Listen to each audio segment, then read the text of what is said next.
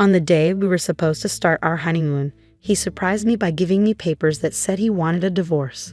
He said he was taking his whole family on the trip, and if I didn't like it, we could split up.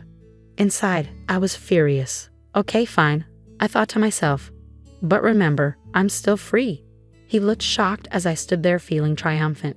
My name is Emma. I'm 35 years old, and I work at a real estate company. I really enjoy my job and feel happy doing it. I'm lucky to have supportive colleagues, but in my personal life, I don't have any specific hobbies and I've never had a boyfriend. I felt a secret worry growing inside me. All my friends were getting married by the time they hit 30, one after the other.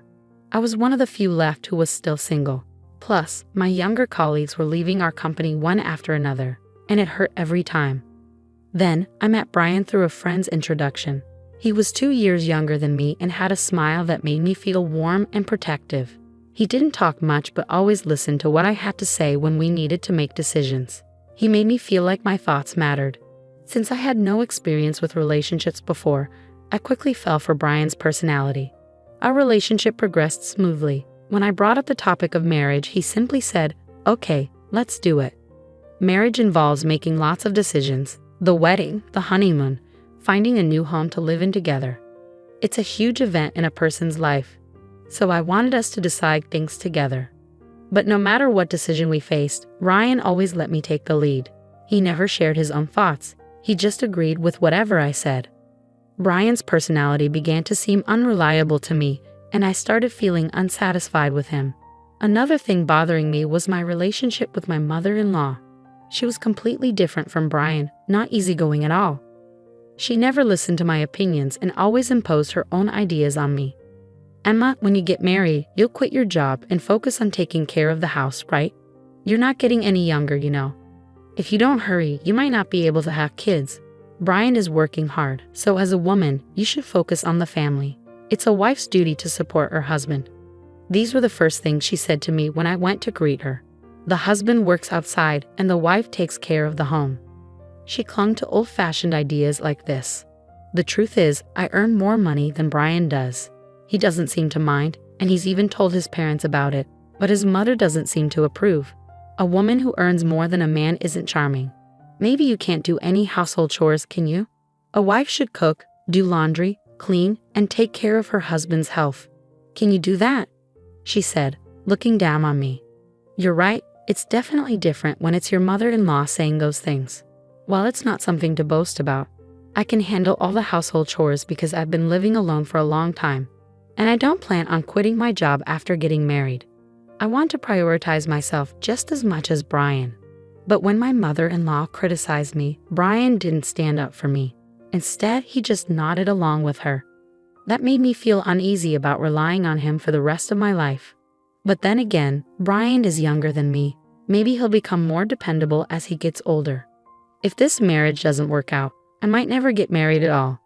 My mind is torn between anxiety and desires, stuck in an endless conflict. But time doesn't wait, even when I'm troubled. There are so many decisions to make for the wedding, where to go for the honeymoon, arranging time off from work, and more. The to-do list keeps growing, and it's making me feel even more uneasy. I was juggling busy days, preparing for both work and marriage. One day, I talked to Brian about our plans. Considering our work schedules, we can only take a long vacation at this time. So should we have our honeymoon during this period? I asked. Yeah, that sounds good to me, Brian replied. Both of us had similar quiet periods at work, so this was our only chance for a long vacation. But there was a problem with the wedding. The venue I've always dreamed of is so popular that it's booked for over a year in advance. In that case, what do you think about having the honeymoon before the wedding? I checked, and some people do that. If we have the wedding first, it will be another 2 years before we can go on the trip. If you're okay with it, Emma, then I'm fine with it too, Brian said. I thought Brian wouldn't object, but he agreed so easily. It seemed like he was accepting all my opinions without any resistance. While I did want him to express his own thoughts a bit more, I figured it was better than facing opposition. So whenever I got the chance, I kept moving forward with the preparations for our honeymoon and wedding. In the end, we settled on going to Europe for our honeymoon. I debated until the last minute between Hawaii and Europe. Hawaii was close by, and I figured we could visit there another time. So I chose to explore Italy and France, enjoying the beautiful streets and delicious food. I also wanted to check out the stylish accessories and maybe buy some special tableware since it marked the start of our new life together. After considering various schedules and destinations, I finished all the paperwork about a month before the trip. By then, I was completely excited. It was going to be my first overseas adventure, and I couldn't help but feel thrilled. My mind was consumed with thoughts about Europe, from buying travel essentials to planning our activities there. Because of this excitement, any lingering dissatisfaction I had with Brian had disappeared completely. Just 1 week before our honeymoon, Brian suddenly brought up a conversation. I was puzzled by Brian's unusual request. He rarely asked me for anything, so I was curious about what it could be. Could it be related to our trip? Did he find a place he wanted to visit? I was filled with anticipation as I asked him, "What's wrong?" Brian innocently made his request, saying, "I want to go see Taylor when we're in Paris. Mom really wants to go there." I was taken aback. "Your mother-in-law?" "Wait, what do you mean?" I couldn't keep up with this sudden turn of events, but Brian seemed to think it was obvious. "Well, since everyone else is going, we'll all be together even during the trip, right?" "What do you mean by everyone?" "It's our honeymoon, so it's obvious that it's just you and me going." "But my mom thinks it's normal for the whole family to go," Brian explained. "First of all, I only made reservations for 2 people. You and me, Brian. The deadline for booking was 7 days ago. Today is the last day to register. Whether we go together or not, I only booked for 2 people, so it was impossible for the whole family to join. If you ask the travel agency, they might be able to sort something out," Brian suggested. I was stunned by Brian's statement when suddenly, the intercom in the house rang. On the screen, I saw my in-laws. Without any regard for my surprise, they entered the house with a load of bags. Ignoring my objections, my mother-in-law's eyes sparkled as she declared, "I thought I'd leave the luggage here since we're leaving soon." "I'm so excited." Brian chimed in, "Just leave the luggage here," and began leading them into the room without asking for my consent. "Wait a minute." I tried to stop him urgently, but my mother-in-law shot me a sharp look. "What's the matter, Emma? I hope you're not suddenly saying you don't want to go together now." "I never agreed to go together in the first place," I retorted, but my mother-in-law paid no attention. "You heard it, she just said no, didn't you?" "But Brian always thought we would go together with you, right?" she asked, trying to flatter Brian. Brian simply replied, "Yeah," affirming her statement. Seizing on his agreement, my mother-in-law began to dismiss me. "It's normal for the husband's parents to go on the honeymoon. Don't you have common sense? I hope you won't ruin the trip with any unpleasant experiences since it's a special honeymoon. We want to make good memories, right? I'll make sure to teach you some common sense during this week before we leave. It's supposed to be a special honeymoon after all." I felt like everything was falling apart. My blood was boiling with frustration. "Mother-in-law, this is a honeymoon, you know. Normally, it's just supposed to be the husband and wife," I insisted desperately. If I listened to my mother-in-law's demands now, it would set a bad precedent for the future. I wanted to avoid that at all costs. However, my mother-in-law stubbornly refused to back down. Not only that, but she began to dismiss my concerns altogether. "The husband's parents going on the honeymoon together is just common sense. I can't believe you don't want to be with us. I thought we were becoming a family, but it seems our ideas of common sense are different. You don't seem to like me, and nothing seems to match."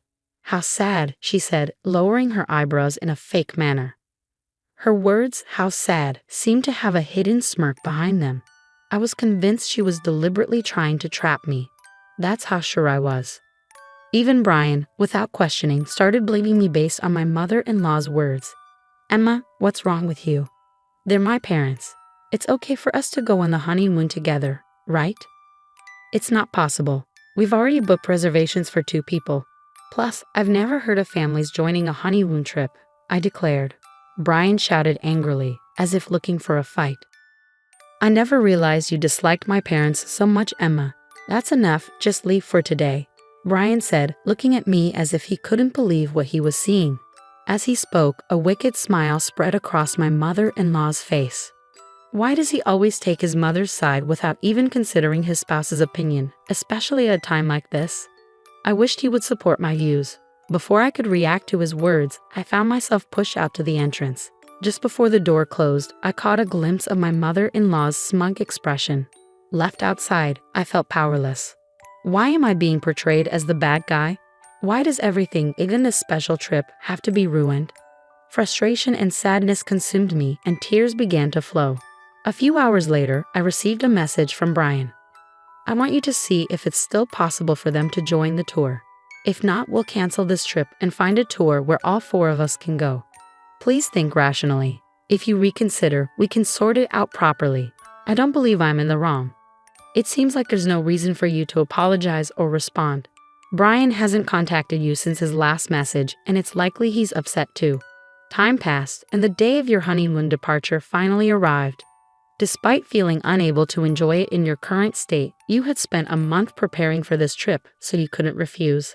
As you were getting ready to leave, the intercom rang, and it was Brian coming to pick you up. You hadn't seen each other since the incident, so you didn't know how to act around him.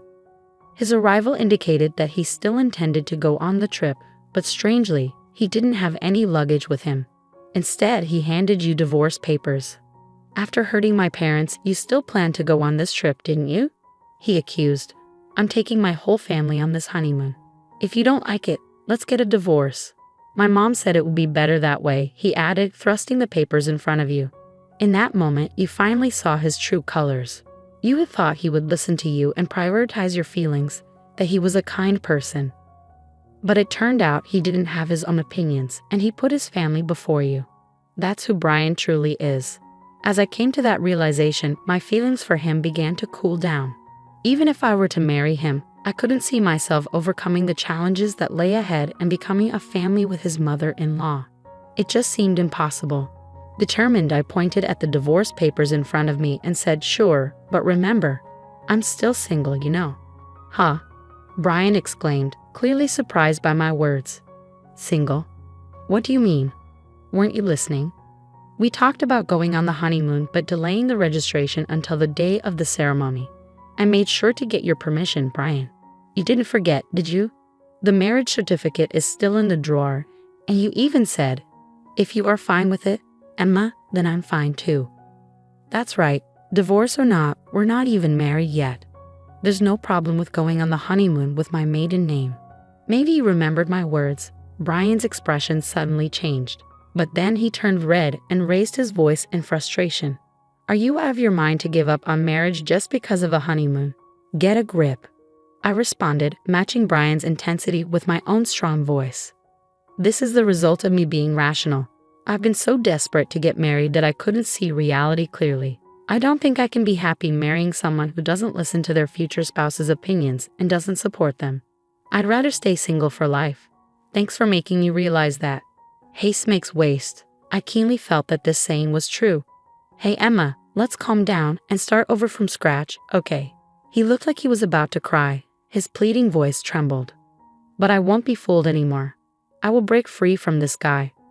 Without realizing it, I found myself shouting loudly at Brian.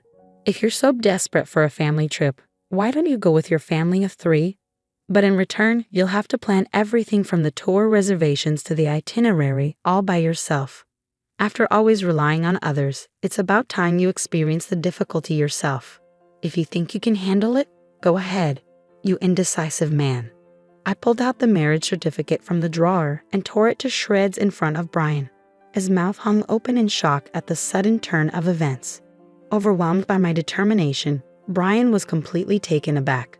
"Do you understand how serious I am now? I refuse to have a future that's dark. It's over between us. Why don't you go back to your beloved mommy and cry to her, you mama's boy?" Leaving a stunned Brian behind, I slammed the front door shut. Given his demeanor, he might actually go cry to his mother. I could easily imagine that happening. Afterward, I contacted the tour company to cancel our reservations. Since it was a same-day cancellation, we were charged 100% of the fee. I billed Brian for the entire amount since he was the one who ruined our honeymoon. It felt like the right thing to do. Later, Brian blamed me for the failed marriage and spread rumors about it to those around us. However, it seemed that no one sympathized with him among our relatives and coworkers. Instead, he started to be seen as an unconventional mama's boy due to his past actions and was disliked by many. When I told my parents about the divorce, they were initially surprised but quickly accepted it. Marriage isn't the only source of happiness. As long as you're happy, Emma, that's what matters. I couldn't be more grateful for my mother's words. As a side note, since then, my hobby has become traveling. I felt it would be a waste to let long vacations go to waste, so I embarked on my first solo trip. Going overseas alone was a bit daunting, but I enjoyed a relaxing time in historic cities I had always wanted to visit. Wow, being alone is actually quite enjoyable. Thanks to the historical adventure trip, I've started to fully enjoy solo traveling. Whenever I have time off on my next break, I'm planning to embark on my next overseas trip. I've begun a life where I won't let myself be controlled by marriage alone.